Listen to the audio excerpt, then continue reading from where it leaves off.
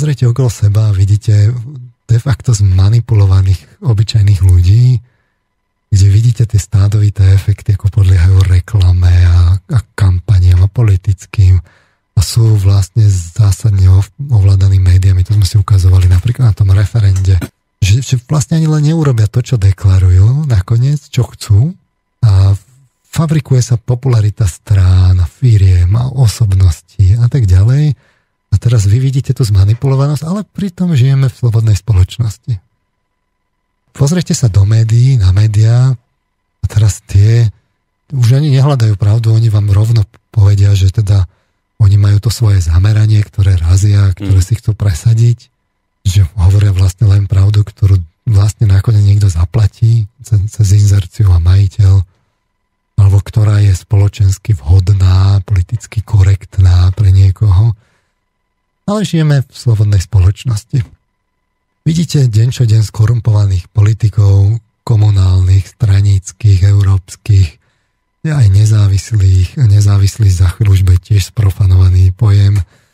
V podstate sú to hovorcovia niečích záujmov, ktorí si tak vyberú ten svoj desiatok a vidíte, že potom vlastne častokrát idú proti záujmom tej spoločnosti, ale inak žijeme teda v slobodnej spoločnosti a v demokracii. Máme tu oligarchov, lobistov a vplyvné osobnosti, ktoré menia tú spoločnosť, ktorých nikto nevolí, ale za to oni si volia aj politikov a presadzujú svoje záujmy, ale inak tu máme slobodnú spoločnosť a demokraciu.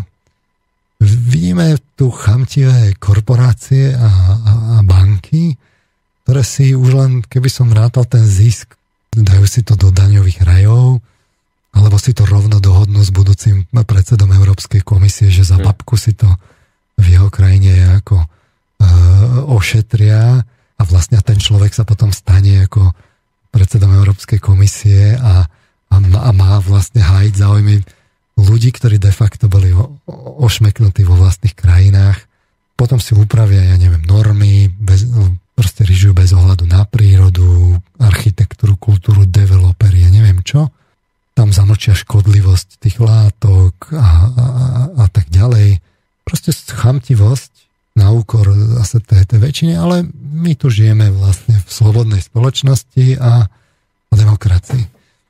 Sú tu tajné služby, vládne agentúry a kadekto, ktorí nás špicľujú na každom kroku, monitorujú naše mobily, počítače, autá, v mestách nás cez kamery, z družíc, z dronov, proste samé big data, lebo nás už v princípe implicitne považujú za nepriateľov všetkých. Už takmer ani neplatí prezumpcia neviny, to už je takmer prezumpcia viny. Krátka, zošnurovávajú nás, ale inak tu žijeme v slobodnej spoločnosti, v demokracii. A to už nehovorím o fakt geopolitike, kde sa v poslednú dobu dejú zaujímavé veci. Na začiatku, keď sme mali teda ísť do tej únie a integrovať sa, tak nám pekne spievali, keď nás lapali, že ako to bude dobré a už budeme riešiť len ten blahobyt a bude to tá demokracia.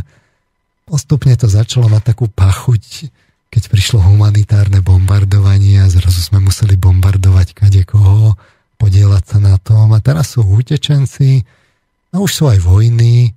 Už je tu zrazu studená a už to nie sú len obyčajné vojny, konvenčné, ale už aj všelijaké hybridné, protiteroristické a zrazu aj občianske a náboženské, ako si je tých vojen zrazu veľa.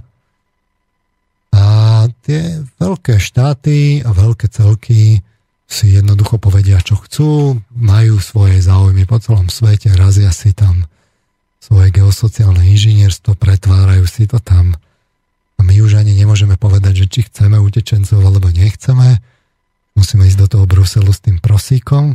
A to vidíte, že my máme byť transparentní, mať tie transparentné tendre a všetky ten tretí sektor to do nás hudie, že ako toto má byť super, aby to bolo fakt priezračné, jasné, verejný záujem a tak ďalej.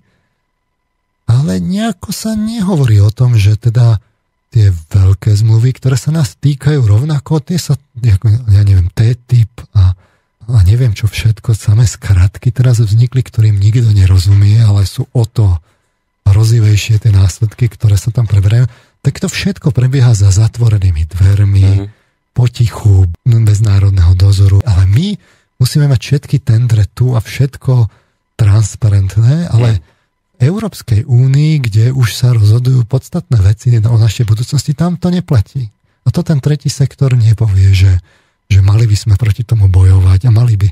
A teraz, ktoré z tých think tankov sa na to zamerajú, alebo všetky tie mimovládky, ktoré to tak úzkostlivo monitorujú u nás, prečo to teda nezdôrazňujú, nebúšia do toho, nespustia pokrik a bubny. Skrátka, o nás bez nás. Ale my tu máme slobodu a máme tu demokraciu.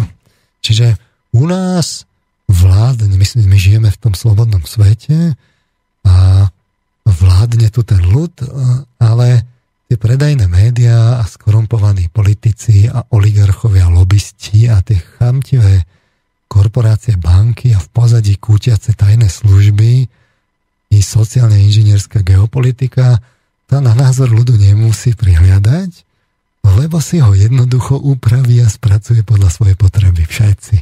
Tak toto vidíme deň čo deň, ale zároveň nás všetci títo činitelia, ktoré to sami nedodržiavajú, nás presvedčajú, že aký sme tu my slobodní. Tak mi vysvetlíte, že kde je tá sloboda, lebo ja tomu nerozumiem, že keď to deň čo deň máme v novinách, všetci to píšu, tak kde je tá naša sloboda?